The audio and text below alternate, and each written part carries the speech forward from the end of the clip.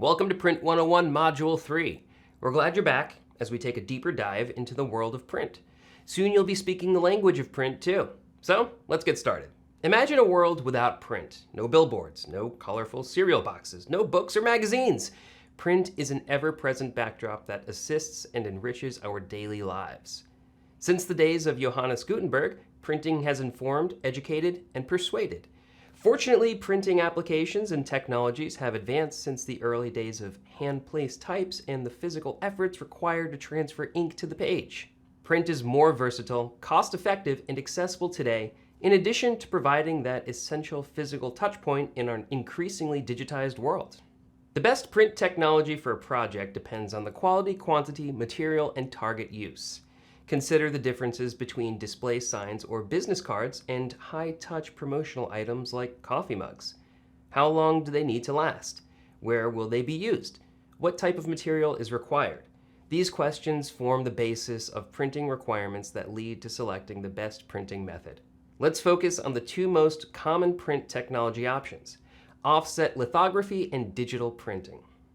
Offset lithography, more often referred to as offset, is a printing method based on chemistry. Oil and water do not mix. The ink, oil-based, is transferred onto a metal printing plate and then transferred again, or offset, onto a blanket cylinder and then onto the substrate. Offset printing is cost-effective with the ability to print on a broad range of substrates and can support additional colors beyond cyan, magenta, yellow, and black, CMYK, including gamut extending colors like orange and green. Offset printing is often the best choice over digital printing for quantities of a few thousand or more. Offset printing also excels where color is critical and special ink, known as spot color, is required. Offset printing presses can accommodate a range of substrate sizes, colors, and thickness. The most common printed products for offset printing are business and marketing collateral, like catalogs and flyers. Digital printing represents a broad category of printing technology and devices, but our focus is electrophotographic printing using toner. In this printing process, a metal drum is electrostatically charged to receive small particles of colored toner. Those particles are transferred to the substrate before the drum is cleaned for the next cycle. If you have ever used an office photocopier, you have digitally printed a document using electrophotographic printing. The primary differences between digital and offset printing are cost, speed, and the number of available substrates, although technology improvements continue to close the gap. Digital printers come in a variety of different types and serve different purposes. Larger, more advanced digital presses blur the lines of the restrictions that offset print comes with. They are primarily used for booklets, letterheads, and sometimes even business cards. Roll feed and flatbed digital machines allow various different types of large format products to be produced. Although these do not use toner, they are still considered digital since no plates are needed. They print the digital file they're fed and print directly to the material. Digital printing also allows for variable data printing, VDP. VDP allows each printed piece to be unique based on a prepared set of data and files.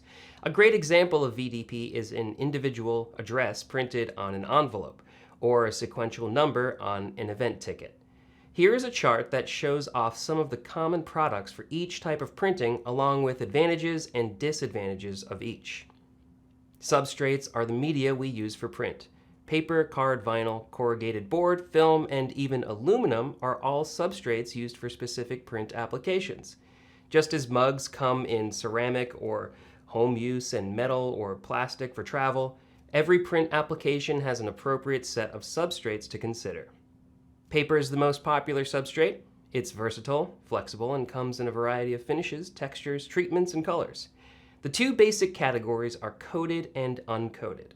Uncoated stock is a more common choice for booklet pages, stationery, and anything that needs to be written on. They're typically less durable than coated papers. Coated paper is treated to produce a glossy, satin, dull, or matte finish. The coating makes them more resistant to dirt and moisture than uncoated paper.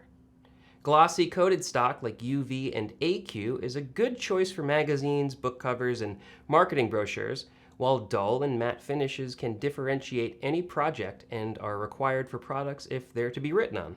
In the same way that coated and uncoated paper feels different when touched, some finishes may change both the feel and the look. Linen finishes look like fine linen cloth, while brown craft finishes mimic handmade paper with deeper textures. There are also a variety of enhancement solutions. Adding foil or spot UV make for a more eye-catching look, while raised UV and foil add feeling and texture to standard papers. Paper weight is another consideration. Lighter weights are more commonly used in books and magazines, while heavier weights are appropriate for business cards, postcards, door hangers, and other projects that need rigidity. Large format is a whole other world of substrates that is based on use cases.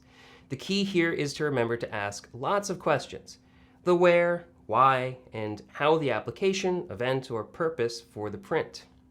Outdoor applications often call for vinyl and polyester fabric for weather resistance and durability.